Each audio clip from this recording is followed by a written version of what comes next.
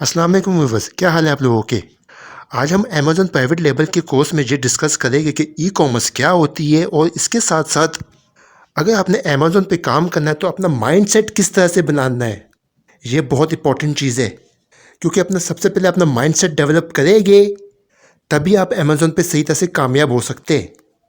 तो जनाब सबसे पहले ये देख लेते हैं कि ई कॉमर्स होती क्या है। अब आप ये सोच रहे हो कि ये तो थ्योरी की बातें बताना शुरू कर दी इन्होंने, लेकिन थियोरेटिकल पॉइंट्स भी आपको लाजमी सीखने पड़ेंगे क्योंकि ये चीज़ें जो आपके लिए बहुत ज़्यादा ज़रूरी है। लेकिन सबसे पहले ये समझ लेते हैं कि कॉमर्स क्या होती है, जिसको उर्दू में तिजारत बोलते हैं। ख़रीदो फ़रोख्त का नाम तिजारत है। अगर यही तिजारत हम इंटरनेट पर जाके करें तो इस कॉमर्स को हम ई कॉमर्स का नाम देते हैं, यानी कि इलेक्ट्रॉनिक कॉमर्स।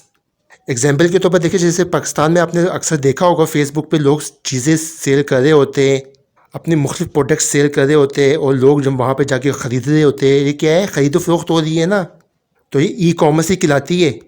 अब थोड़ा सा अमेज़न पे की तरफ आते हैं। बड़ी बड़ी जो ई कॉमर्स की वेबसाइट है जैसे कि अमेज़ॉन, अलीबाबा, फ्लिपकार्ट वगैरह वगैरह, ये क्या है, दुनिया की बहुत बड़ी बड़ी वेबसाइट है ई कॉमर्स की, जहाँ पे रोज़ाना बिलियन डॉलर्स की ट्रेड हो रही है। इसके अलावा आप अपनी कोई वेबसाइट भी बना के ई कॉमर्स की उस पर अपनी प्रोडक्ट्स को सेल कर सकते हैं, लेकिन उसका तरीके का थोड़ा अलग होता है। अभी हम अमेज़ॉन की बात करेंगे। अगर आप अमेज़ॉन पे काम करना चाह रहे हो तो जनाब ऐसा नहीं होता कि जनाब आज आपने इन्वेस्टमेंट की है और 2 से 3 दिन में आपको प्रॉफिट आना शुरू हो जाएगा। इस तरह से कभी नहीं होता। किसी भी बिजनेस में कम से कम आपको 6 महीने लग जाएंगे अमेज़ॉन पे अपने ब्रांड को डेवलप करने के लिए और इसके साथ साथ अपने प्रोडक्ट को रैंक करने के लिए। अब आपके जहन में ये सवाल आ रहा होगा कि हम इसको टाइम कितना दें जनाब अमेज़ॉन को। क्या हम ये पार्ट टाइम में काम कर सकते हैं?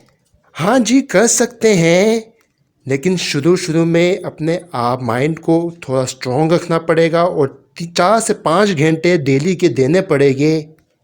अब बात करते हैं कि जनाब इन्वेस्टमेंट कितनी ज़रूरत होती है इन्वेस्टमेंट की अमेज़ॉन पे। अब मुख्तलिफ मार्केट्स के लिए मुख्तलिफ इन्वेस्टमेंट का क्राइटेरिया है।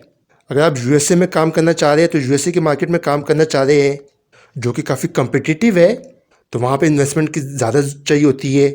अगर आप यूके की मार्केट में काम करना चाह रहे हैं, जर्मनी, यूएई वगैरह, तो हर कंट्री के लिए अलग अलग इन्वेस्टमेंट चाहिए होती है। आने वाली वीडियोस में बाकायदा टेबल बना के कि किस कंट्री के लिए कितनी कितनी इन्वेस्टमेंट रिक्वायर्ड होती है, ये सब चीज़ें आपके साथ शेयर करेंगे हम लोग। लेकिन इसके लिए ज़रूरी है नए आने वालों के लिए जो इस चैनल पे अभी नए हैं वो हमारे चैनल को लाजमी सब्सक्राइब कर लीजिए ताकि आने वाली वीडियो आपको बआसानी मिल सके।